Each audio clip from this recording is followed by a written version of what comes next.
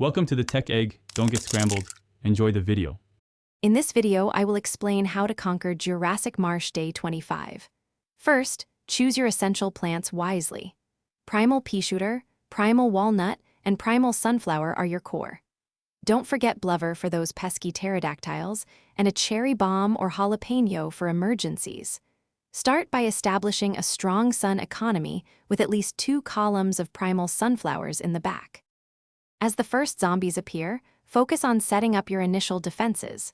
Place primal pea shooters in the second and third columns from the left to handle early waves. Use primal walnuts strategically to shield your precious primal sunflowers.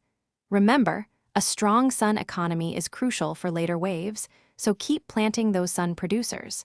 Be ready with blubber for any pterodactyls carrying zombies. Mid-game introduces tougher challenges, especially the dinosaurs. When ankylos appear, place primal walnuts directly in their path to absorb their pushes and protect your attackers. Plant food is your best friend here. Use it on primal pea shooters for massive stun and damage, clearing entire lanes. Always save some plant food for the formidable Jurassic gargantuars that will eventually emerge, requiring significant firepower. In the late game, the zombie assault becomes relentless. Reinforce your front lines with extra primal walnuts to withstand the increased pressure.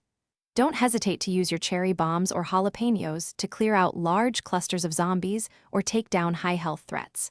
Concentrate all your firepower, including plant food, on the Jurassic gargantuars. Stay vigilant, replace any fallen plants swiftly, and you'll secure your victory on day 25.